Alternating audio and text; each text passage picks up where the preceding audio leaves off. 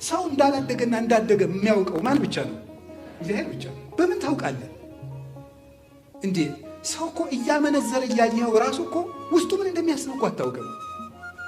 ሌሊት ምን እያሰበ እንዳደረ እኮ አታውቅም። ሰኞ ሲሰርቅ ያየኸው ሰውዬ ማክሰኞ ምን ሲሰራ እንደዋለ እኮ አታውቅም።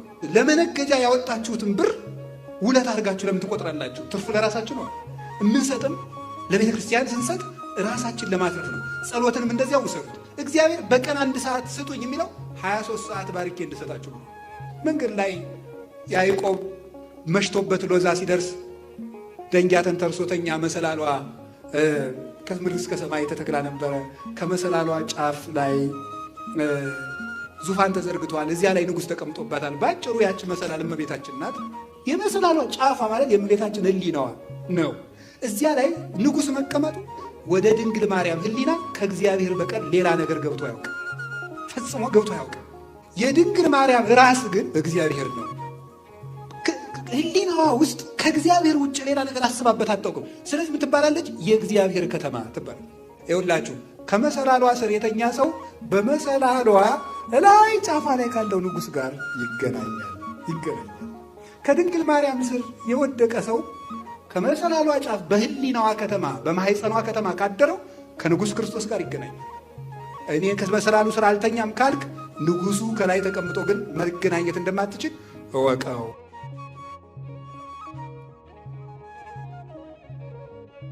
ይትባረክ እግዚአብሔር አምላከ አበዊነ ቅዱሳን ዘሰባህ ምሕረቶ ላዕሌነ። ይቅርታውንና ቸርነቱን በእኛ ላይ የገለጠ በቸርነቱ በሀብት ስቦ በረድኤት አቅርቦ በቅዱስ ቦታው ያቆመን የቸርነት አምላክ ነው።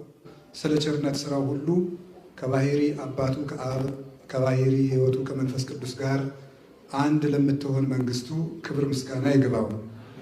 የእናታችን የቅድስት ድንግል ማርያም የቅዱሳን መላእክት የቅዱሳን ነቢያት የቅዱሳን ሐዋርያት የሰማዕታት የጻድቃን ረድኤት አይለየን። ብፁዓን አበው ሊቃነ ጳጳሳት ቡራኪያችሁ ይድረሰን። የተወደዳችሁ ሊቃውንተ ቤተ ክርስቲያን፣ መምህራን፣ ካህናት፣ ዲያቆናት፣ የዚች ቅድስት ቤተ ክርስቲያን የካቴድራሉ አስተዳዳሪ፣ የተወደዳችሁ ምዕመናን፣ አንድ አምላክ በሚሆን በአብ በወልድ በመንፈስ ቅዱስ ስም እንደምን ዋላችሁ? እንደምን ሰነበታችሁ? እንደምን አመሻችሁ? ቸሩ አምላካችን ኢየሱስ ክርስቶስ ስለ ቸርነቱ ሁሉ ስሙ የተመሰገነ ይሁን። በመካከላችን ተገኝቶ እንዲያስተምረን ቅዱስ ፈቃዱ ይሁንልን። ማእዜኑም እገብር አንሰ ቤተ ለርእሴ። ኦሪት ዘፍጥረት ምዕራፍ 30 ቁጥር 30 ላይ የምናገኘው ኃይለ ቃል ነው። ኦሪት ዘፍጥረት በቅዱስ መጽሐፍ ምዕራፍ 30 ቁጥር 30 ላይ የምናገኘው ኃይለ ቃል ነው። ቃሉን የጻፈልን ቅዱስ ሊቀ ነቢያት ሙሴ ነው። ከቅዱሳን ነቢያት አንዱ ነው። እግዚአብሔር የመረጣቸው ቅዱሳን እሱ ከለገሰው ሊገልጠው ከወደደው ምስጢር እንደማይከፈልባቸው ምስክር ሆኖ ከሚጠቀሱ ነቢያት ቀዳማዊው እርሱ ነው። በቅድስት ቤተ ክርስቲያን ትምህርት እግዚአብሔር ሁሉን ያውቃል፣ በሁሉ ቦታም አለ። ቅዱሳን ደግሞ ምሉ ሳይሆኑ እንደ እግዚአብሔር ምሉ አይደሉም። በአንድ ቦታ ተቀምጠው በእግዚአብሔር ብርሃን ያለፈውንም የሚመጣውንም ያሉበትንም ወደ ሰማይም ወደ ምድርም ማወቅ የሚችሉበት የእግዚአብሔር ብርሃን አላቸው። ለምሳሌ ፊት ለፊታችን አንድ ጨለማ ቢሆንና አነስ ያለች ባትሪ ብናበራ የባትሪዋ ብርሃን እስከሚደርስበት ድረስ ብቻ መመልከት እንችላለን። ባትሪዋን ወደ ባውዛነት ብናሳድጋት ደግሞ ራቅ ብለን ማየት እንችላለን። ፀሐይ የወጣ እንደሆነ ደግሞ አሻግረን መመልከት እንችላለን። በብርሃኑ መጠን እይታችንም እንዲሁ የሰፋ ይሆናል። ቅዱሳን የሚያዩት በፀሐይ ጽድቅ በኢየሱስ ክርስቶስ ብርሃን ስለሆነ አጥርተው የሚያዩበት መንፈሳዊ ዓይን አላቸው። የቱንም ያህል አንድ ቦታ የተወሰነ ነቢይ ይሁን ቅዱስ የትም ቦታ ሆኖ አንድ ቦታ ላይ ተወስኖ በሰማይም በምድርም ያለውን ማየት ይችላል። በማን? በእግዚአብሔር ብርሃን ማለት ነው። እኛም እንኳን በአቅማችን እኔ አልተማርኩም እንጂ የኛ ወገኖች ማለት ነው የሳይንስ ባለሙያዎች በቴሌስኮፕ እና በማይክሮስኮፕ እይታ ማስፋት ችለዋል። እግዚአብሔር የገጠመው መንፈሳዊ እግዚአብሔር የለገሰው መንፈሳዊ ብርሃንማ እንደምን አስፍቶ መመልከት አይቻለው። ስለዚህ ቅዱሳን አስፍተው አምልተው አጥርተውም ጭምር ማየት ይችላሉ። ለዚህ ምስክር የሚሆነን ሙሴ ነው። አንዱ አባታችን ሙሴ ሰማይና ምድር ሲፈጠር አልነበረም። ብዙ ዘመንም ይርቀዋል። ከአዳም እስከ ሙሴ ከ4000 ዓመት በላይ ይርቃል። ከአዳም እስከ ሙሴ 4000 ዓመት ይርቃል። ግን ሰማይና ምድር ሲፈጠር እንኳን ሙሴ አዳም እንኳን አልነበረም። ግን ሰማይና ምድር እንዴት እንደተፈጠሩ ምድር አትታይም ነበር። በቀዳም እግዚአብሔር ገብረ ሰማይ ወምድረ፣ በመጀመሪያ እግዚአብሔር ሰማይና ምድርን ፈጠረ። ወምድር ስተሃለወት ራቃ፣ ምድር ግን ባዶ ነበረች አትታይም ነበረ። ወመንፈስ እግዚአብሔር ይጼልል መልዕልተ ማይ፣ የእግዚአብሔር መንፈስም በውሃው ላይ ሰፎ ነበረ እያለ እንዴት ውሃው ከምድር እስከ ሰማይ መልቶ ይገማሸር እንደነበረ አብሮ እንደነበረ ውሃውን እየቀዳ የከፈለ መስሎ ወይ በእግዚአብሔር ለትጋባ ማይ ሙስተምዕላዲሁ፣ እግዚአብሔርም ውሃው በየስፍራው ይሰብሰብ አለ እያለ ውሆች ሲሰበሰቡ አንዱን ክፍል ከዚህ ጠፈር በላይ ሲወስነው፣ አንዱን አርግቶ ጠፈር ሲለው፣ አንዱን ለምድር እንደመቀነት ሲያስታጥቃት ሙሴ ይመለከት ነበር። ከፀሐይ ላይ እንደዋለ ቅቤ ልህሉህ የነበረችው መሬት እግዚአብሔር በኃይሉ በቀዳማዊ ቃል ስልጣን አጽንቶ አብቂ ሲላት የሌላትን ከጉያዋ ያልነበረውን ዘር በማጭድ እንዲታጨድ፣ በመጥረቢያ እንዲቆረጥ፣ በጥፍር እንዲለቀም፣ የሚበላውን የሚጠጣውን እንድታበቅል፣ ባለጸጋ እንድትሆን እግዚአብሔር ሲያደርግ ሙሴ ከ4000 ዓመት በኋላ ዘመንን ተቀድሞ ያይ ነበር።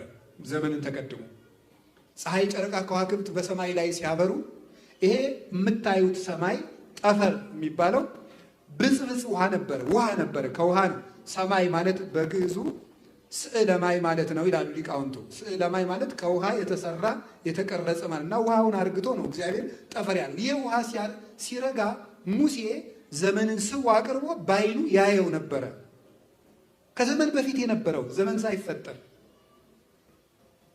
አዳም ከእህቱ ምድር እግዚአብሔር ሲያበጃቸው የሕይወት እስትንፋስ እፍ ሲልበት በመልኩ ሲፈጠር አብ ወልድ መንፈስ ቅዱስ ትናንት በሌላት ቢጽ በማይገኝላት አንዲት በሆነች ምክራቸው እግዚአብሔር አለ ሰውን በምሳሌ እንፍጠር አለ ብሎ ሲመክር ይህንን ምክር ሙሴ ይሰማው ነበረ። እግዚአብሔር ሰውን በመልኬ ልፍጠር ብዬ ነበር ብሎ አለኝ ብሎ አይደለም የተረከ። እግዚአብሔር እንዲህ አለ ብሎ የእግዚአብሔር ምክር ከ4000 ዘመን በፊት በእግዚአብሔር ልብ የሚነገረውን ሙሴ ያይ ነበረ። ቅዱሳን አማልዱን ብንላቸው፣ ጸልዩልን ብንላቸው ከአንድ ቦታ ተቀምጠው ስንቱን ማየት ይችላሉ የሚሉን ሰዎች ቢኖሩ ለአንድ ቅዱስ እኔን ማየት ቁም ነገር አይደለም። ትልቁ ቁም ነገር እግዚአብሔርን ማየት ነው። ሰፍቶ መልቶ ያለውን እግዚአብሔርን ያዩታል። እግዚአብሔርን በረጅም ዙፋን ላይ አየሁት እያሉ ጽፈውልን አይተውታል። የዓይን መጨረሻም የእይታ ማረፊያም እግዚአብሔርን ማየት ነው። እስመ ዘባቤከ የአርፍ ነጽሮተ ኩሉ ነባበያን፣ የአይኳትያን የአመስጋኞች የመላእክትና የደቂቀ አዳም ዓይን ሁሉ አንተን ሲያይ ያርፋል ይላል። ዓይን የሚያርፈው መጨረሻ ላይ እግዚአብሔርን ሲያይ ብቻ። ምንም ነገር ብታሳዩት ዓይናችሁ ሊያርፍላችሁ አይችልም። እግዚአብሔርን ሲያይ ግን ያርፋል ይሄዳል። እንዲያው የናፈቃችሁ ዘመድ መጥቶ ከቤት ደግሳችሁ ደስ ሲላችሁ ልብ ይሞላል። 3 ቀን ተጫውታችሁ በሉ ደህና ዋሉ እያሉ ሲሄዱ መልሶ ቤቱ ሐዘን ይመላበታል። የዚህ ዓለም ደስታ ሐዘን ተክቶ ነው የሚሄደው። እግዚአብሔር ግን ሐዘን ተክቶ የማያልፍ ዘላለማዊ ደስታ፣ ፍስሐ ዘይቱ የዳዘ ወቱ የማይነጥፍ ደስታ ያለው። ስለዚህም እብለክሙ ተፈስሑ ዘልፈ በክርስቶስ፣ ስለዚህ ይላችኋለሁ በክርስቶስ ደስ ይበላችሁ ይላል ቅዱስ ጳውሎስ። በክርስቶስ እንደመደሰት ያለ ደስታ የለም። እግዚአብሔር በኃጢአት እንዳንደሰት የሚከለክለን እሱ አለቃችን ስለሆነ ለእኔ ስልጣን ተገዙ ብሎ ኃያልነቱን ለመግለጽ ሳይሆን ኃጢአት ሐዘንን ተክቶ የሚሄድ ደስታ ስለሆነ ልጆች እሱን ተውትና የማያልቅ ደስታ ልስጣችሁ ብሎ ነው። ስለሚያዝንልን ነው የሚከለክለን። እናት ልጇ እሳት ልጨብጥ ባለ ጊዜ የምትከለክለው ጠልታው እንዳልሆነ እንዳይጠብሰው ብላ ነው እንጂ እግዚአብሔርም እንደዚሁ ነው። ስለዚህ እግዚአብሔር ለአንድ ቅዱስ፣ ለአንድ ጻድቅ፣ ለአንድ ነቢይ፣ ለአንድ መልአክ እኔና አንድ 10 ሰዎች ወይም እኔና 6 ቢሊዮን ሰዎች በየትኛውም አይጉር ሁነን ብንጠራው አንድ ቅዱስ ሁላችንም እኩል ማድመጥ፣ ሁላችንም እኩል ማየት ብርቅና ድንቅ ነው እንዴ? መልቶ ሰፍቶ የሚኖር እግዚአብሔርን አይተውት የለም እንዴ? አይተውታል እኮ። እግዚአብሔርንስ አንድም ያየው የለም ይላል መጽሐፍ ቅዱስ። እንደየትነቱ ያየው የለም፣ እንደሚገባው ያየው የለም ማለት ነው እንጂ ለእኛ እንደሚገባስ አይተነዋል። ቅዱስ ቄርሎስ ዘኢየሩሳሌም እንደሚለው ከትልቅ አትክልት ቦታ ገብቶ መዓዛ አሽትቶ እንደመውጣት፣ ነገር ግን መዓዛውን ሁሉ ጨርሰነው እንደማንወጣ፣ ከወጣ ፀሐይ ወጥቶ ትንሽ ብርሃን እንደመሞቅ፣ ከጠለቀ ውቅያኖስ ሄዶ ትንሽ ጠብታ ለጥም ጠጥቶ እንደመርካት እግዚአብሔርን ለልጅነት ትንሽ እንማረዋለን ይላል። ለአቅማችን ለሚበቃን ያህል የገለጠልንን አውቀናል። ስለዚህ ቅዱሳን ያለፈንም የሚመጣ ነው። ዘመንን ማለፍም ይችላሉ፣ ዘመንን መቅደምም ይችላሉ። ወደ ሰማይም ማየት ይችላሉ፣ ወደ ምድርም ማየት ይችላሉ። ለምን?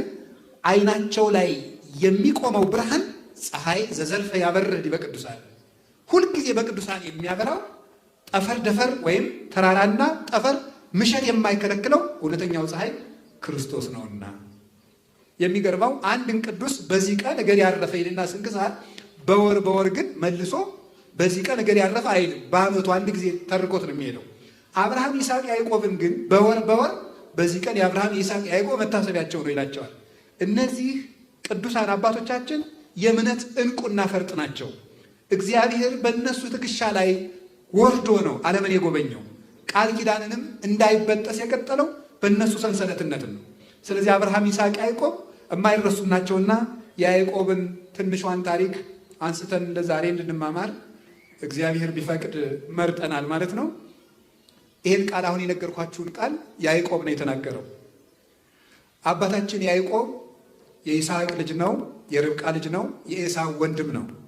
እንደምታውቁት ኤሳውና ያዕቆብ ወንድማማቾች ሲሆኑ ያዕቆብ በእናቱ ይወደዳል፣ ኤሳው ደግሞ በአባቱ ይወደዳል።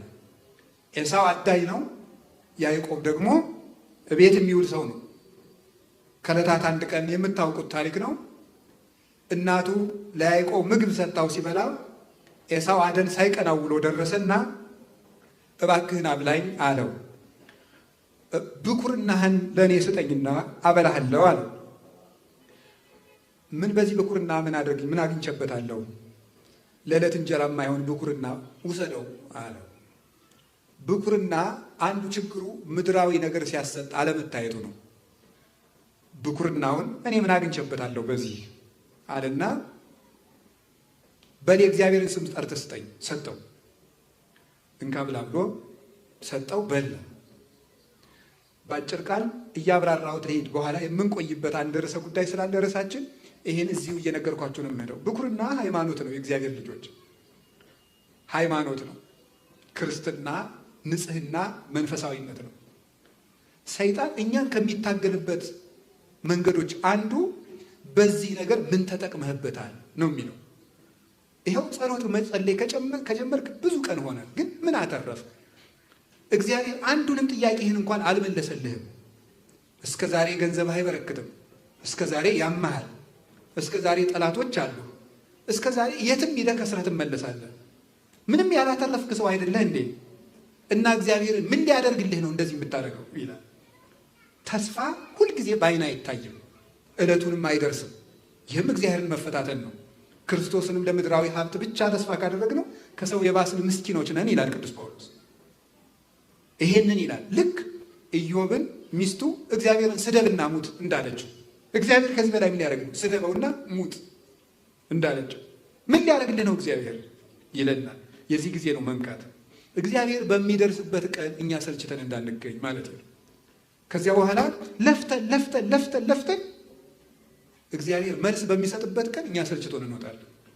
ያ እንዳይሆን የጸሎታችን ፍሬ አሁን ማጨድ መፈለግ የለብንም። አሁን መለወጥ መፈለግ የለብንም። አሁን ቅዱስ ላንሆን እንችላለን። አሁን ላንለወጥ እንችላለን። ደግሞ እድገታችን እኛ እየለካ ነው የሚመዘን ሚዛን አይደለም። አንድ ጥያቄ ልጠይቃችሁ እንጂ ከእናንተ መካከል ቁመቱ ሲያድግ አይቶ የሚያውቃለ? እስኪ አይቶ የሚያውቅ በሞት ያለ እንዴ? በፍጹም የለም። እናቶች አይታወቃሉ። እንደው ልጁ አንገቱ መዘዝ ሲል ባይወት አይደነግጡ? ያስደን ይደነግጣል። መዘዝ ሲል እንደባል ይደነግጣል። ልጁ አንገቱ መቼ እንደጨመረ አናውቅም። ቁመ ወገቡ እንዴት እንዳደጋ ነው። ዝም ብሎ አድጎ ነው የምናገኘው። በጣም ነው የሚያስደንቀው። አድጎ ነው የምናገኘው። አሁን ዘር ዘርታችሁ፣ እውነቴን እኮ ነው የምነግራችሁ፣ ዘር ዘርታችሁ እስኪ እንዴት እንደሚበቅል ሌው ብትሉ በፍጹም አታዩት። በቅሎ ነው የምታዩት። ባትሪ እያበራህ እዚያው ብትቀመጥ ቁመቱ ሲጨምር አይታይም። በቃ አዝመራው አድጎ ነው የሚገኘው እንጂ ሲያድግ አይታይም። እድገታችን እኛ እያየ ነው ላይሆን ይችላል። ምንም የተለወጥኩት ነገር የለም እኮ እማራለሁ፣ አስቀድሳለሁ፣ ቤተክርስቲያን ሄዳለሁ፣ በገዳም እዞራለሁ፣ ምን እላለሁ። ምንም እኮ ያመጣሁት ለውጥ የለም። አንተ የምታውቀው ደግሞ አንዳንድ ሰው አሁን መመጻደቅ የጀመረው ምንድን ነው? ህዝቡ በስብከት አይለወጥም። እግዚአብሔር ከዚህ ትዕቢት ይሰውራል። በእውነት እንዴት ነው የማይለወጠው? አንደኛ እንደዚህ ያለ ትዕቢት ሰው እንዳላደገና እንዳደገ የሚያውቀው ማን ብቻ ነው? እግዚአብሔር ብቻ። በምን ታውቃለህ እንዴ? ሰው እኮ እያመነዘረ እያየኸው ራሱ እኮ ውስጡ ምን እንደሚያስብ እኮ አታውቅም። ሌሊት ምን እያሰበ እንዳደረ እኮ አታውቅም። ሰኞ ሲሰርቅ ያየኸው ሰውዬ ማክሰኞ ምን ሲሰራ እንደዋለ እኮ አታውቅም። እኛ አናውቅም። ለመሬ ከፈያታዊ ወዘማዊ በል በአይቲ አምር ለማይቀድመኒ በውያ ውስጥ ተገነት ከመፈያታዊ ዘየማን። አንተ ሰው ሌባ ወይም ወንበዴ ወይም ዘማዊ ብታይ ይሄ ሰውዬ እንደ ፈያታዊ ዘየማን እኔን ቀድሞኝ መንግስተ ሰማያት ይገባ እንደው ምን አውቃለሁ እያልክ ለፍ ይላል። ምን አውቃለሁ እያልክ ለፍ። ሰው እንደምናየው አይደለም፣ ሰው እንደምናስበው አይደለም። እናማ ገበሬው ሳያውቀው ዘር እንደሚያድግ የሚሰብከው ሳያውቅ ተሰባኪው ያድጋል። እኛም ሳይገባን አድገን ይሆናል። ስለዚህ ለውጣችን ማረጋገጥ የለብንም፣ የቀረንን ለማስተካከል ነው እንጂ የጸሎታችንና ደግሞ የልፋታችን ፍሬም አሁን ማጨድ መፈለግ የለብንም። እኔ ተስፋዬ ጤና አይደለም፣ እኔ ተስፋዬ ሀብት አይደለም፣ እኔ ተስፋዬ የሰው መውደድ አይደለም፣ እኔ ተስፋዬ ክርስቶስ ነው። ክርስቶስ እስካለኝ ድረስ የጸሎቴ ምላሽ ምንም ይሁን ምን ከጌታዬ ጋር እኖራለሁ ማለት አለብን እንጂ እንደ ኤሳው ሰይጣን ሁልጊዜ ስትተኙ፣ ውዳሴ ማርያም ስትደግሙ፣ ዳዊት ስትደግሙ፣ ንስሐ ስትገቡ ንስሐ ገባህ አልገባህ ምን አምጥተሃል ቢላችሁ ለሰይጣን ይህን መልሱለት። ብኩርናውን ሸጠና ከዚያ በኋላ ከዕለታት አንድ ቀን ይስሐቅ እንዲህ አለው። ምን አለው? ልጄ አደን አምጣና አብላኝና ልመርቅህ አለው። እስኪ በሉ አብላኝና ልመርቅህ ነው በሉ ያልኳቸው በሉ እንጂ አብላኝና ልመርቅህ። ምን በለኝና ነው? እንዲሁ ዝም ብሎ ሳያበሉ ምርቃት የለም። አብላኝና ልመርቅህ ነው ያለው። አብልቶ ነው። አንድ መምህር ነበሩ የኔታ ስማቸው ይቆያል እና በብልጣብልጥነት ገንዘብ እያላቸው ከሰው ተጠግተው በረከት ማፈስ የሚፈልጉ ሰዎች አሉ። መጋቢ ብሉይ ሐዲስ የኔታ ኃይለ ሚካኤል ይባላሉ እና በጣም የበቁ መምህር ናቸው። የደብረ ሃይማኖት መካነ ኢየሱስ የብሉይ ሐዲስ መምህር ናቸው እና አንዲት ሴትዮ ካላት ከድህነቷ በግ እያረደች ተማሪዎችን በዓመት ታበላለች። የክርስቶስ ደቀ መዛሙርት ስለሆነ። አንደኛዋ ደግሞ ባለ ሀብት ናት፣ ምንም አትሰጥም። እና ያችኛይቱ የኔታ ታመው ሰው አይለዩም ነበረ። ዛሬ አሁን ጠይቃቸዋቸው ዝራችሁ ትሄዱ ማነህ ነው የሚሉ። ያቺ ሴትዮ ያችኛዋ ሰላም ለኪ ስታስደግም ተማሪዎችን አብልታ እሷም አብራ ጠጋለች። ደግሞ አንቺ ምን አምጥተሽ ነው አሏት ይባላል። ማለት ተጠግቶ ዝም ብሎ ሰላም ለኪ አለ እንዴ? ስራ መስራት ነው እንዴ? ተጠግቶ ነገር የለም፣ ስራ መስራት ነው። እንግዲህ እሳቸው ሰው አይለዩም፣ ግን እሷን እንዴት እንደለዩት እግዚአብሔር ነው የሚያውቀው። በጣም ነው የሚያስደንቀው። እስቲ አብላኝና ልመርቅህ በሉ። አብላኝና ምን ልበል? ልመርቅህ። ይኸው ጊዜ የሚገባውን አሁን ይሄ የከተማ ሰው አጓጉል ብልጠት አለው። በጣም ይቅርታ አድርጉልኝ። ማጠቃለል አይደለም። እሺ ማጠቃለል አይደለም። ይሄ ባልም ማለም ሲሉ እንደምሰማው ጄኔራላይዜሽን የሚባል ነገር ነውር ነው። አበበ ሌባ ነው፣ ክሊዮናል ሰው ሁሉ ሌባ ነው፣ እንደዚህ ነውር ነው ተብሎ ፍሬሽማን ኮርስ ተምራችሁታል እናንተ። እኔ ሰምቼ ነው። እና አሁን ምንድን ነው ይሄ? ማጠቃለል ነው። እኔ ማጠቃለል አላልኩም፣ እንደሱ አላልኩም። እያልኩ ያለሁት ግን ምንድን ነው አጓጉል ብልጣብልጥነት አለ።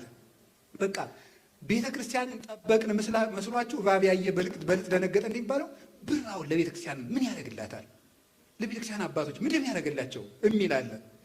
ያንተን ድካምህን የምትሸፍን ቤተ ክርስቲያን እንዳትደክም ማበረታት ነውር ነው እንዴ? ነውር ነው ወይ? ቅዱስ ጳውሎስ እኮ ብሏል፣ ተራራ የሚያህል ስብከት ሰብከን ድንብላል ያህል ብንበላ ምንድን ነው ነውሩ ብሏል። እንዴ እንኳን እንጀራ እኮ አይናችሁን ልትሰጡኝ ይገባል አለ ቅዱስ ጳውሎስ። አይናችሁን ሁሉ ልትሰጡኝ ይገባል። ምክንያቱም እኔ የሰጠኋችሁ ማንን ነው እያለ ነው? ክርስቶስን ነው እያለ ይገባል። ነገር ግን ጳውሎስ እኮ የሚያስተምረን እንድናበላው ብሎ ነው እንዳትሉኝ ከእናንተ የማንም ዕዳ የለብኝም ይላል። ድንኳኔን እየሰፋው እኖራለሁ ይላቸዋል። ስለዚህ ቤተ ክርስቲያንን ስንሰጣት ትሰጠናለች። ትክክለኛ ንግድ ማለት ለቤተ ክርስቲያን መስጠት ነው። እውነት ነው የምነግራችሁ ከልቤ። ትክክለኛ ንግድ ማለት እንደውም አንድ ነገር ልንገራችሁ። እዚህ ስሰማ ነው ሰው አሁን እዚህ መኪና እንዳይሰረቅ የሰፈር ሰዎች ተሰብስበው የሆነ ዘበኛ ይቀጥራሉ አሉ አይደል? እውነት ነው። እኔ አዲስ አበባ ነው ስሰማ ነው መኪናዎቻቸውን የሚጠብቁ 50 ብር ሊሆን ይችላል፣ እኔ አላውቅም ስንት እንደሚከፈል።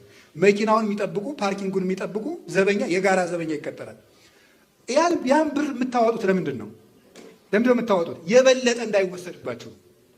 የበለጠ እንዳይወሰድባችሁ የ5 ሚሊዮን ብር መኪና እንዳይወሰድ አላውቅም ስንት ሚሊዮን እንደሚሸጥ 5000 ብር ልትከፍል ትችላለህ። እግዚአብሔር ከ10 ብር 1 ብር የሚለምነን 9ን ለመጠበቅ ነው ይላሉ ሊቃውንቱ። 9ን ለመጠበቅ 1 ብር ስጡኝ ይላል። እንዲሁ እኮ ይገርማል። ደግሞ ራሱ የሰጠውን ብር የሚለምን እንደሱ ያለ ቸርማን አለ። ራሱ የሰጠውን ብር የሚለምን፣ ራሱ የሰጠውን ጉልበት፣ ራሱ የሰጠውን አንደበት የሚለምን ቸር ተቀብል ስጡኝና ከኔ እጅ በርክትላችሁ እኮ ነው። አልሰማችሁም እንዴ? ሰምታችኋል እኮ 5 እንጀራ ከክርስቶስ እጅ ሲደርስ 5000 ሰው ሊያበላ በርክቶ አልተመለሰም? በርክቶ ተመልሷል። ከእጄ ይበርክትላችሁ ለማለት ነው። ስጡኝ የሚለው ከኔ እጅ በርክቶ ወደ እናንተው ቤት ይመለስ ለማለት ነው።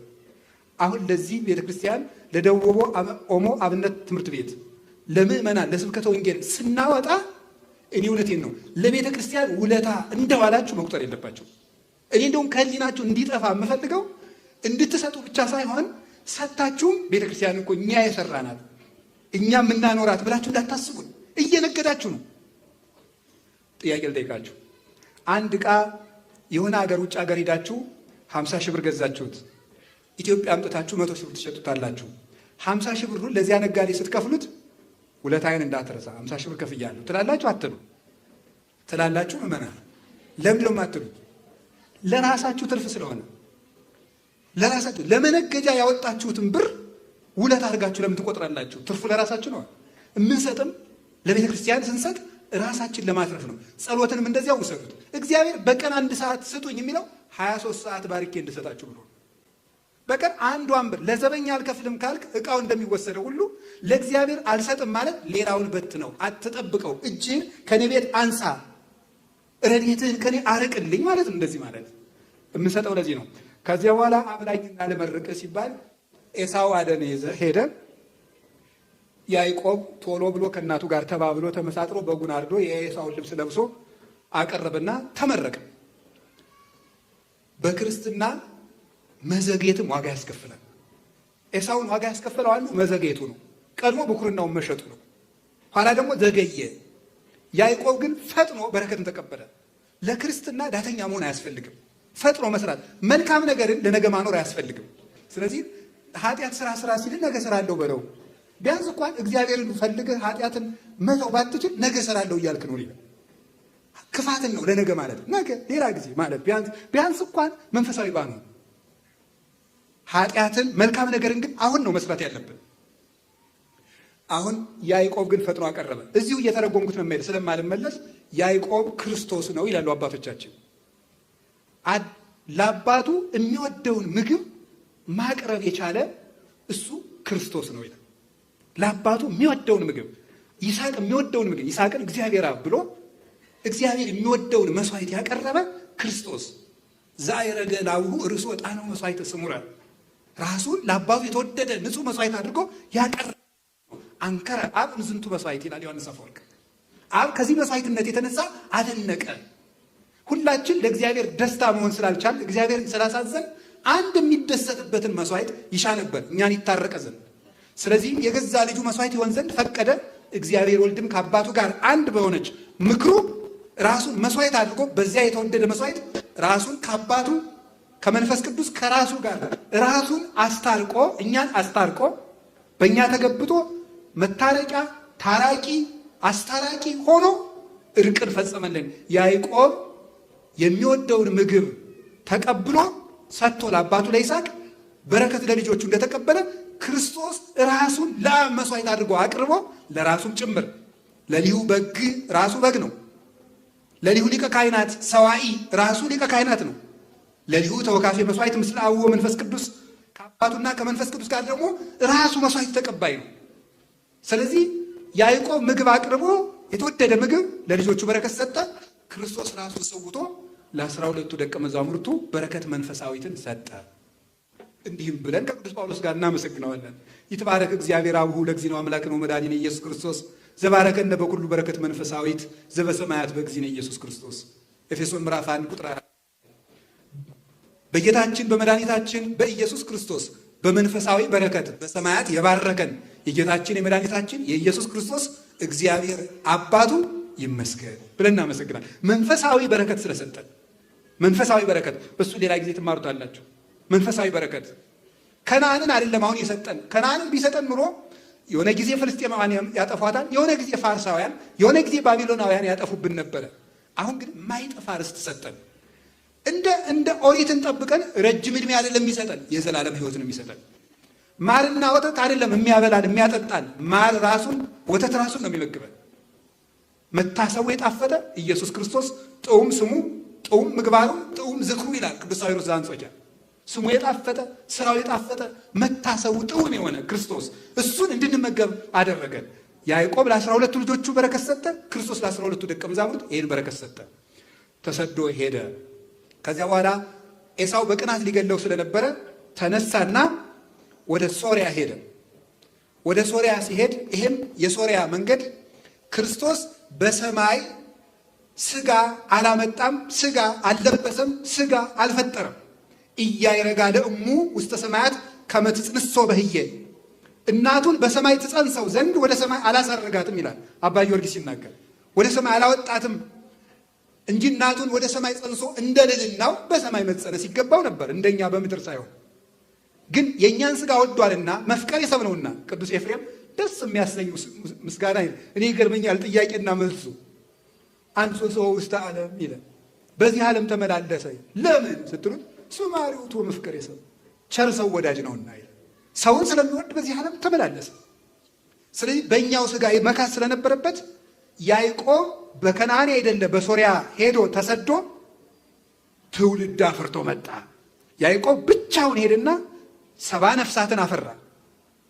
ሶሪያ ወርዶ ክርስቶስ ወደዚህ ዓለም ወረደና ነፍሳትን ሁሉ ምርኮ ማርኮ ወደ ሰማያት አረገ። አሁን ይህም ሁሉ ነፍሳት አማን ብለክሙ እሜ ወድቀት ተሰርናይ በምድር ባይታ ትነብር ወመሰ ወድቀት ወሞተት ብዙሃ ፍሬ ትፈሪ። እውነት እላችኋለሁ የስንዴ ቅንጣት መሬት ላይ ካልወደቀች ብቻዋን ትኖራለች፣ ከወደቀች ከፈረሰች ከበሰበሰች ግን 30 60 100 ፍሬ ታፈራለች ብሎ እንደተናገረ አንድ ቅንጣት እሱ ገራይት ንጽሕት ከምትባል ከመቤታችን ከቅድስት ድንግል ማርያም ተወልዶ ሺዎችን አፈራ፣ ነፍሳትንም ታደገ። የያዕቆብ መንገድ የክርስቶስ መንገድ ነው። መንገድ ላይ ያዕቆብ መሽቶበት ሎዛ ሲደርስ ደንጊያ ተንተርሶተኛ መሰላሏ ከምድር እስከ ሰማይ ተተክላ ነበረ። ከመሰላሏ ጫፍ ላይ ዙፋን ተዘርግቷል። እዚያ ላይ ንጉሥ ተቀምጦባታል። ባጭሩ ያች መሰላል እመቤታችን ናት። እንደምታውቁት ሰላሏን ጫፍ የሚለኝ የእመቤታችን ሕሊና ነው ይላሉ ሊቃውንቱ። የመሰላሏ ጫፏ ማለት የእመቤታችን ሕሊናዋ ነው። እዚያ ላይ ንጉሥ መቀመጡ ወደ ድንግል ማርያም ሕሊና ከእግዚአብሔር በቀር ሌላ ነገር ገብቶ አያውቅም፣ ፈጽሞ ገብቶ አያውቅም። ያን ለመናገር ቅዱስ ጳውሎስ እንደሚታወቃላችሁ የሴት ሁሉ ራስ ወንድ ነው ይላል። እስቲ በሉ ምን ማለት እንደሆነ የቤት ስራ።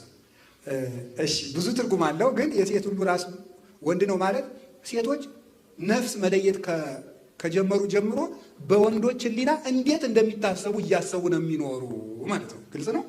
ወንዶች እንደው ሀሳባቸው ስለኔ ምንድን ነው ይላሉ ነው፣ ሌላ ነገር የለው። ወንድ እየተመኙ ይኖራሉ አላልኩም። እውነት ነው አላልኩም። እውነት አላልኩም። እውነት አላልኩም። እያልኩ ያለሁት እንደው ወንዶች ስለኔ ምን ያስባሉ እያሉ ይኖራሉ ነው፣ ይጨነቃሉ። ሚስትሪ ኤንድ ሚኒንግ የሚል መጽሐፍ አለና ብታዩት ወንዶች ምን እንደሚፈልጉ ማወቅ ከፈለግ ሴቶች የሚለብሱትን ተመልከት ይላል።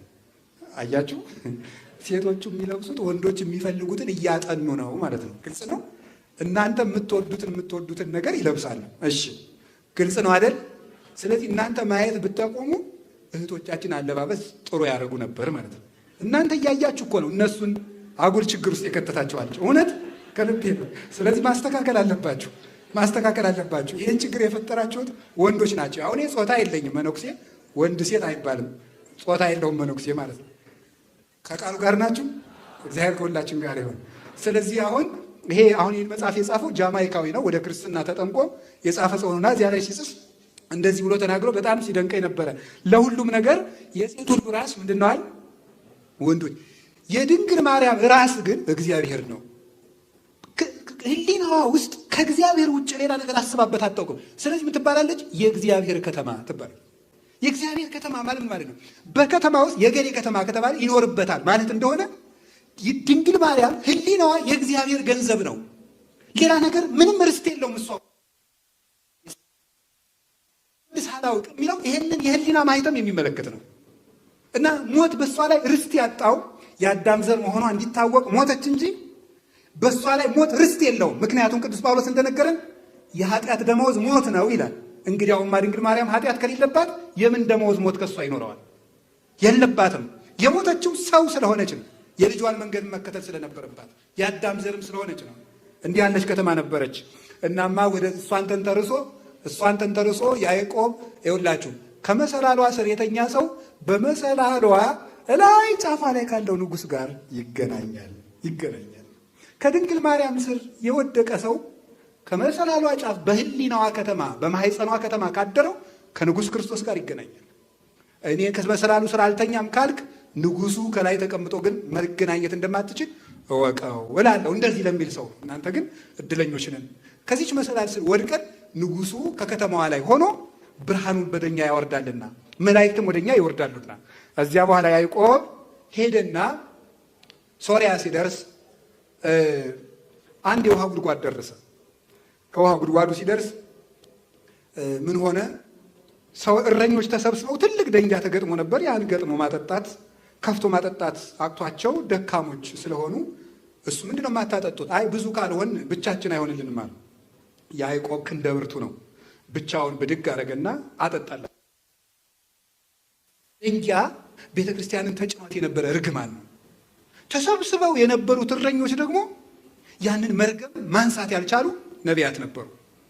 ያዕቆብ ክንደ ብርቱ ማለት መኑ የተአደወ ለወልድ ሁየስ መልዑል መዝራዕተ የማኑ የሚባለው ጽኗ ኃይል ክርስቶስ ነው። እሱ ነው ያንን ብድግ ያደረገልን። 5000 ዘመን የተጫነንን ደንጊያ ያነሳልን መዝራዕቱ የአብ ክንዱ የሚባለው ወልዱ ኃይል ክርስቶስ ስግው ቃል ክርስቶስ ነው። ሸክማችን ያነሳልን አነሳና ሸክም የከበዳችሁ ወደ እኔ ነው እኔ ያነሳላችኋለሁ አለ። ከፍቶ አጠጣ። ክርስቶስ ያንን ርግማን አነሳና ዘጸማ ይምጻ ሀቤ ወይስተይ የተጠማ ቢኖር ወደ እኔ ይምጣ እንዲሁ ይጠጣ በከመ ይቤ መጽሐፍ አፍላገ ማዮት ይውዝም ከርሱ መጽሐፍ እንደተናገረ የሕይወት ውሃ ከሆዱ ይፈልቃል ብሎ ይህንን ውሃ በነፃ ሰጠን። ነፍሳችንም ታጠበች፣ ነጻች፣ ደረቅነቷ ለቀቃት፣ ፍሬ እንድታፈራ ሆነች፣ በእግዚአብሔር ቤት ተተከለች።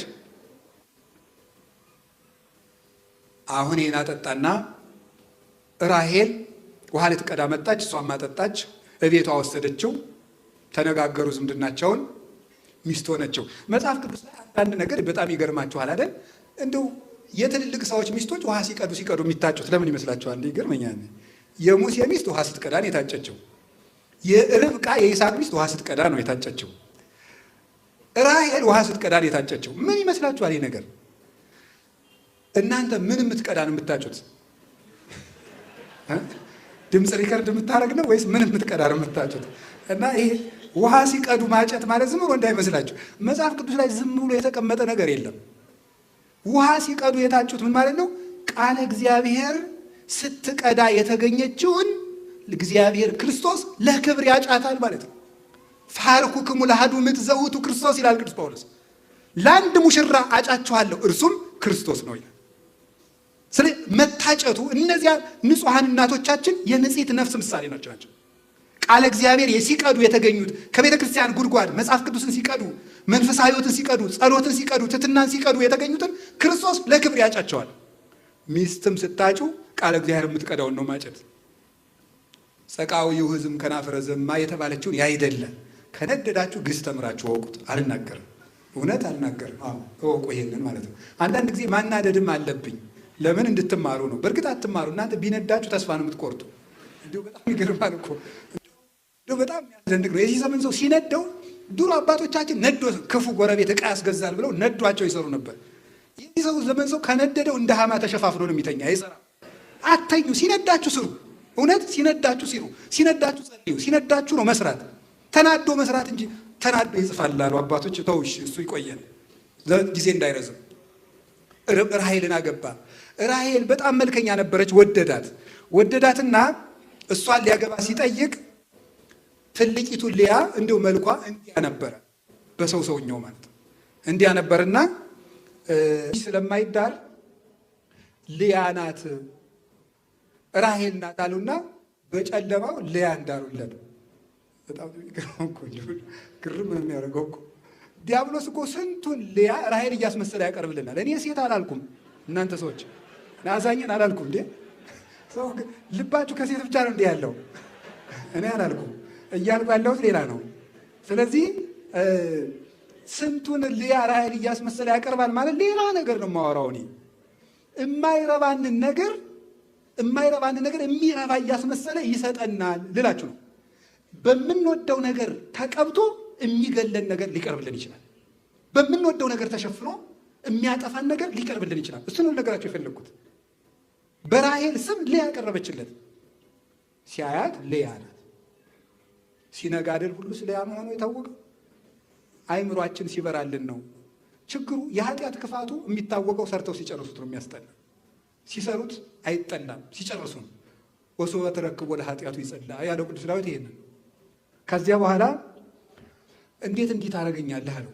በል እንግዲህ ራሔልን ስጠኝ ካልክ ሌላ 7 ዓመት ተገዛለሁ። ለራሔል 7 ዓመት ተገዝቷል። 7 ዓመት ሌላ 7 ዓመት።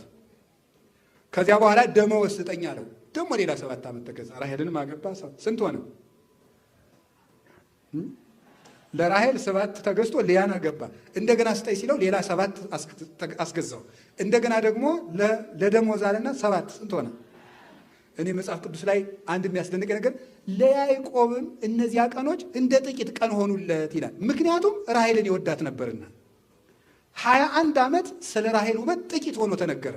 ይሄን ሊቃውንቱ ሲተረጉሙለት ስለ መንግስተ ሰማያት ውበት ብዙ መከራ እንደ ጥቂት ይቆጠራል ይላል። ራሔል የተባለች መንግስተ ሰማያት ስለሆነች እስመ ተስፋ ያቀልለው ለጻይረ ምንዳቤ ይላል ዜናው። ተስፋ መከራን ያቀላል ይላል። ከዚህ በኋላ መጨረሻ ላይ ላባ አጎቱ ዝም ብሎ እያታለለ ይገዛዋል። አንድ ቀን እንዲህ ብሎ ጠየቀ። እየጨረስን ነው ትምህርታችን። ኢተአምርኑ ከመ ተቀነይኩ ለከ እንደተገዛውልህ አታውቅም? ሚ መጠን እማንቱ እንስሳ ከባህቤ እኔ የጠበቅኳቸው በጎችህ ስንት ናቸው? እስመ ህዳጣን እማንቱ ጥቂት እኮ ነበሩ።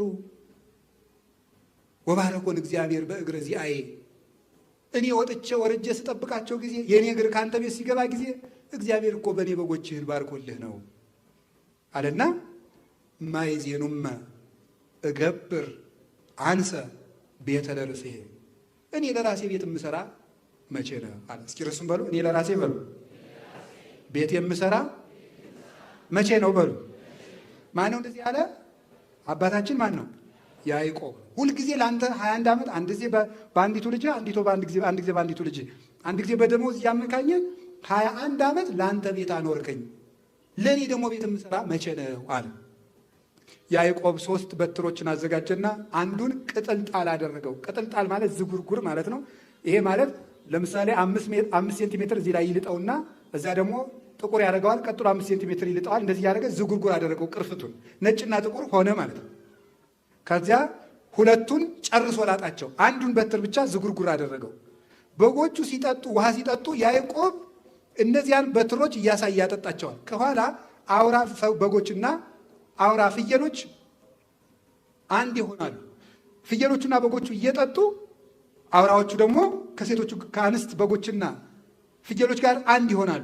ያን ጊዜ ውሃውን እያዩ ሲጠጡ እነዚያ ወይም ደግሞ ውሃው ውስጥ ቅጥልጥል በትር ስላለ ዝጉርጉር በትር ስላለ በጎቹ ዝጉርጉር ጸነሱ ይላል። በዚያው አንድ ሐሳብ ጸንሳችሁ ልንገራችሁ። ሴቶች ወንድ ሌላ ወንድ በተመኙበት ቀን ከባላቸው ጋር አድረው ልጅ ከጸነሱ ያኛውን ሰው የሚመስል ነው የሚጸንሱ። ተጠንቀቁ ማለት ነው። ስለዚህ ያ እንዳይሆን፣ እንደዚያ ከሆነ ምን ችግር ሊገጥማችሁ ይችላል? ምን ሲባል ያን ሰው የሚመስል ልጅ ወለድሽ እያለ ቢቀጠቅጣችሁ የራሳችሁ ጉዳይ። ስለዚህ ከባሎቻችሁ ውጭ አትመኙ ማለት ነው። ወንዶችም እንደዛው። አዎ። ስለዚህ በጎች እኮ ነው ያስረዱን። መጽሐፍ ቅዱስ ነው። እኔ እንደዛ አላልኩም። መጽሐፍ ቅዱስ ሲጠጡ እንደዚያ ይጸንሱ ነበረ። ዝጉርጉር እግዚአብሔር እንዲታያችሁ ሀብት እንደሚሰጠው ዝጉርጉር ሰጠው። ከዚያ በኋላ ያዕቆብ እንግዲህ አሰናብተኝና ወደ አባቴ አገር ልሂድ ብሎ በጎቹን ይዞ ልጆችን አፍርቶ 12 ነገድ ሆኖ 4 ሚስቶችን ይዞ 4 ሚስቶች ማግባት ይገባል አይገባ የሚል ጥያቄ አታንሱ። ሌላ ቀን እዚሁ ሰባኪ ወንጌሉ ያስተምሯቸው። እሺ እዚሁ ተማሩ። ያዕቆብ ለምን 4 አገባ እንደገና ዛሬም እንዳትሉ ደግሞ ይሄ ሌላ ምስጢርና ታሪክ አለው። እሱም በሌላ ቀን ተማሩት፣ ርዕሳችን ስላልሆነ። ያዕቆብ ብቻውን ወጥቶ በስቶ ተመለሰ። ስለ ሁሉም እግዚአብሔር ይመስገን። እንዲያ ከሆነ ወደ ሐሳባችን እንምጣና ትምህርት ላጠቃለሁ። ያዕቆብ የተባለ ክርስቶስ ነው። እስኪ ክርስቶስ በሉ። ላባ የተባለ ዲያብሎስ ነው። ላባ ማለት ማን ነው? ዲያብሎስ ነው። ያዕቆብ እድሜ ዘመኑን ሁሉ ወይም 21 ዓመት ሲለፋ ይኖረ ስለማን ነው? ለማን ነው ሲለፋ ይኖረ? ለላባ። ይሄ 7 ፍጹም ነው። በዕብራይስጥ ታሪክ ባህል ለምሳሌ በእኛ ሀገር 10 ፍጹም ነው አይደል? ነው አይደለም? እሺ መሆኑን ልንገራችሁ። የሆነ ሰው አንተ 10 ጊዜ አጨቅጭቀኝ ብሏችሁ አያውቅም? 10 እኮ አልሞላም የጨቀጨቃችሁት። ምን ማለት ነው ታዲያ? ፍጹም ማለት ነው። ፍጹም አጨቅጭቀኝ፣ እባክህን አጨቅጭቀኝ ማለት ነው። በቃ ፈጽም አጨቅጭቀኝ እንደማለት ነው። 1000 ጊዜ ይጨቀጭቀኛል ሲለውን 1000 አልጨቀጨቀውም፣ ፍጹም ማለት ነው። እሺ አሁን ገብቷችኋል አይደል? 7 ቁጥርም በእስራኤል ባህል ፍጹም ነው። ይሄ 7 ቁጥር ፍጹም ስለሆነ 7 ፍጹም ነው። እንደገና 7 ፍጹም ነው። እንደገና 7 ፍጹም ማለት ፍጹም ለዲያብሎስ የሚገዛ ሰው ማለት ነው። ለሚገዛ ሰው እና ለላባ መገዛት የሚያተርፈው ነገር የለም። ለራሴ የምሰራበት ጊዜ ስጠኝ አለው። እንግዲህ ለአንተ አልኖርም፣ ለራሴ መኖር አለበት አለ።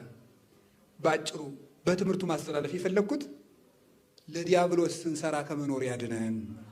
ለዲያብሎስ ጉልበታችን አልቋል። እኔ እውነቴን ነው የምነግራችሁ። የእግዚአብሔር ቤተሰቦች ስለሰጣችሁ ስለመጣችሁ ክብር ይገባቸዋል። ለእግዚአብሔር አቤት ብላችሁ እዚህ ስለመጣችሁ ስለምትሰጡ ቤተክርስቲያን ስለምትጠብቁ ክብር ይገባቸዋል። ግን ጉልበታችሁ ግን እየደከመ ነው። እስቲ ለዲያብሎስ ምን ያህል ጉልበት እንደከፈላችሁ አስቡት። ኢንተርኔት የሚፈጅባችሁን ጊዜ ታያላችሁ። እንደ አንዳንዱ ሰው እኮ ፌስቡክ እያየ ተኝቶ ፌስቡክ እያየ የሚነሳ ሰው አለ። ሰው ሲነግረኝ ነው። እኔ ፌስቡክ የለኝም፣ እውነት የለኝም። ተመልከቱ። እኔ ለራሴ ቤት የምሰራ በሉ በሞቴ በሉ መቼ ነው የሰው ጭቅጭቅ እየሰማችሁ የሰው ጭቅጭቅ የሰው እንጀራ እያበሰላችሁ የፈረንጅ ኳስ ተጫዋች እንዲሁ እኮ ይገርማል። እንትና የሚባለው ተጫዋች ለሊቨርፑል ተሸጠ፣ ከዛ ለአርሰናል ተሸጠ። ቢሸጥ ለአንተ 10 ሺህ ብር ልኮልሃል እንዴ? እኔ እውነቴን እኮ ነው የምነግራችሁ። ለእናንተ የምትኖሩት መቼ ነው? ለኳስ የምትኖሩት ለሰው መኖር የምናቆመው መቼ ነው? ታውቃላችሁ ዲያብሎስ እንዴት እንደተጫወተ። እኔ በማንነቴ እኮራለሁ ስንል ደግሞ እኮ አናፍ በትክክል እኮ በደንብ ተደርጎ ጉግል የተሰራ ለምን እንደሆነ ታውቃላችሁ? ሳይኮሎጂያችን በደንብ ለማጥናት የተሰራ ለማጥናት እንደሆነ ይሁት። ለምሳሌ ዩቲዩብ ስታዩ ብዙ ቀን ያያችሁትን ነው አይደል ኖቲፊኬሽን የሚያመጣላችሁ። ያ ማለት ነው አንተ ያን ነገር እንደምትወድ አጥንቶ ጨርሶሃል ማለት ነው። ይሄ ሰውዬ የሚወደው ነው። ሁልጊዜ የምትዘፍን ከሆነ ከአንተ ዩቲዩብ ሲገባ የሚመጣው ዘፈን ነው። እያጠኑን ነው። አይምሯችን ተሰርቆ ጨርሷል። እኔ የምነግራችሁ ነገር በብሉይ ኪዳን ውስጥ አህያ መስዋዕት አትሆንም። ታውቃላችሁ በግ ነው ለመስዋዕት የሚቀርበው። አንድ ሰው በግ ባይኖረው አህያ ብቻ ቢኖረው አህያውን በበግ ለውጦ አያቅርብ ይላል ብሉይ ኪዳን። አህያውን በበግ ለውጦ አያቅርብ አላችሁ እንዴ? አህያውን በሉ እስኪ በበግ ለውጦ ምን ይበል? አህያውን በበግ ለውጦ አያቅርብ ማለት ምን ማለት ነው? የምትደክሙበትን ነገር ትታችሁ የምታፈሩበትን ነገር ስሩ ማለት ነው ብሎ ሊቃውንቱ ይተረጉሙታል። ፍሬያማ በግ ሳትደግም የምታፈራ ናት። አህያ ድኩም ናት፣ ላቦር አኒማል ነው የምትባለው። በግ ግን ፕሮዳክቲቭ ናት፣ ፍሬያማ ናት፣ ታፈራለች እንጂ አትደክምም። አህያ ግን በከንቱ ጉልበታቸውን የሚፈጁ ክርስቲያኖች ምሳሌ ናቸው። በከንቱ ቁጭ ብላችሁ ቲክቶክ ላይ፣ ፌስቡክ ላይ፣ ዩቲዩብ ላይ ስትጨቃጨቁ የምትሉ በሰው ህይወት የምትኖሩ እንትና ጥሩ ነው አይደለም፣ ጥሩ ነው አይደለም። እንዴ ለእናንተ የምትኖሩት መቼ ነው? ስለ ጳጳሳት ስትጨቃጨቁ የቤተ ክርስቲያን ጠበቆች አሉ። እንደውም አንድ መምህር ባለፈው ብላለች፣ እኔ የዚህ ዘመን ሰው በዘመኑን ሁሉ የሰራውን ኃጢአት ስለ ቤተ ክርስቲያን በመጨቃጨቅ የተሸፈነለት እየመሰሉ ነው መሰላለኝ። እውነቱን እኮ በመጨቃጨቅ በቃ በሰው ህይወት ውላችሁ ለእናንተ የምትኖሩት መቼ ነው? የምትዘፍኑ ለዲያብሎስ ነው። ቁጭ ብላችሁ አይናችሁን ያጠፋችሁት ለዲያብሎስ ነው። የምትሰክሩ ለዲያብሎስ ነው። የምትሳደቡ ለዲያብሎስ ነው። እንዲሁ አሁን ክርስቲያን የሆን ይመስላችኋል? የክርስትና ጠብታ ሳል ከእናንተ የሚወጣው ስድብ ደፋርነታችሁ ልክ እኮ የለውም። በእውነት ደፋርነታችሁ አንሶሶ ውስተ ምልሳኑ አንወር ውስተ ሰማይ አፎሙ፣ አፋቸውን በሰማይ ምላሳቸውን በምድር እንዳለ እኛ ያልነካ ነው፣ እኛ ያልነደፍ ነው። የእኛ ምላስ ያልነካው ማን? ፓትርያርክ አይቀርም፣ ጳጳስ አይቀርም፣ መምህር አይቀርም፣ አለቃ አይቀርም፣ መነኩሴ አይቀርም፣ ቄስ አይቀርም፣ ሽማግሌ አይቀርም፣ የቤተ ክርስቲያን ጠበቆች አይደረስም። በሰው ህይወት አንዳንድ ጊዜማ የሰው መካር እንዲሁም ቅዱስ ዮሐንስ አፈወርቅ የሚለው ልንገራቸው። አንተ ሞኝ ከራስ ቤት በድን እያለ ከሰው ለቅሶ ትሄዳለህ እንዴ? ይላል። መጀመሪያ አንተ በድን አትቀብርም እንዴ? አንተ ግብዝ፣ መጀመሪያ ከአንተ አይን ያለው ምሰሶ አውጣ ብሏል ጌታም በወኝ ቅድማ አውፅ ሰሮ የማይንከ ከዚያ በኋላ ወንድምን ጉድፍ አጥርተህ ያለ የመፍረድ ኃጢአት ሰልጥኖብናል። የመፍረድ ኃጢአት ጻድቅ ኮናኝ። እንዲያውም በዜና አበው ቅዱስ መቃርዮስ ምንድን ነው ይናገራል? በሰው ኃጢአት የሚፈርድ ሰው ያንዱን የእግዚአብሔር ልጅ ስልጣን የሚቀማ ሰው ነው ይላል። እግዚአብሔር አብ እንኳን ፍርዱን ለልጁ ሰጠው ተብሎ ተጽፎ ሳለ ይሄንን እንድናቆም ነው የምነግራቸው። እንዲያው ሰው እየመከር የራስ ቤት እያፈሰሰ የሰው ቤት ልትከድን ትሄዳለህ ወይ? አንሄድም።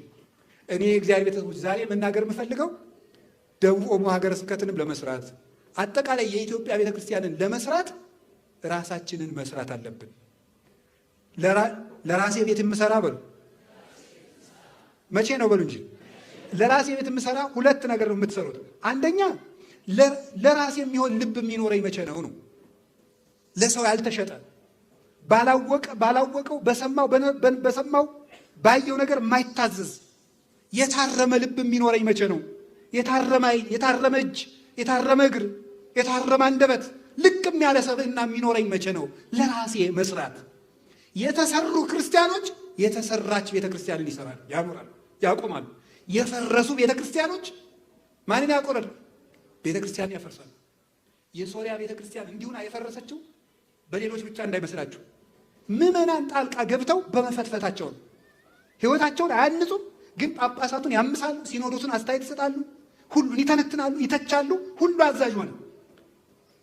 ከሁለት ከፈሉት። የኤፍሬም ዘመዶች ነን የሚሉት በሌላ በኩል፣ የሌላ ቤተሰቦች የሚሉት በሌላ በኩል እያደረጉ ተከፋፈሉ ጳጳሳቱ። ይሄንን ትተን ራሳችንን እንስራ። ቤት የምሰራ ለቤተ ክርስቲያን የምኖር መቼ ነው? ለመንግስተ ሰማያት የምኖር መቼ ነው?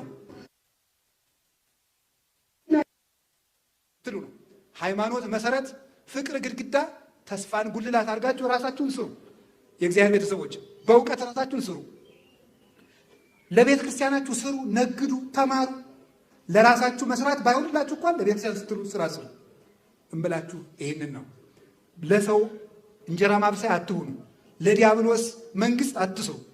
ስድብ የእግዚአብሔር መንግስት ነው። ዘፈንም እንዲሁ፣ ጭቅጭቅም እንደዚሁ። ስራ ሰርተን ቤተ ክርስቲያንን ክርስቶስ ወደድንም ጠላንም በእነዚህ ኃያላን እጅ የነበረችውን ቤተ ክርስቲያን በእኛ እጅ አስቀምጧታል። እኛ እጅ የወደቀችውን ቤተ ክርስቲያን እኛን ወርውራ ጥላ፣ እሷ ግን ሐመርነ ዘይቀርቡ ሞገድ የሚባል ክርስቶስ ይቀስፍላታልና ቤተ ክርስቲያኒቱ ትሻገራለች። እኛ ግን እንዳንሰጥም። ስለዚህ እግዚአብሔር ሰዎች ከዛሬ ጀምሮ ለሰይጣን ሳይሆን ለራሳችሁ ቤት ስሩ። ለራሳችን ቤት እንድንሰራ እግዚአብሔር ይርዳን። ያስተማረን ልዑል እግዚአብሔር ክብር ምስጋና ይግባው። ይቆየን።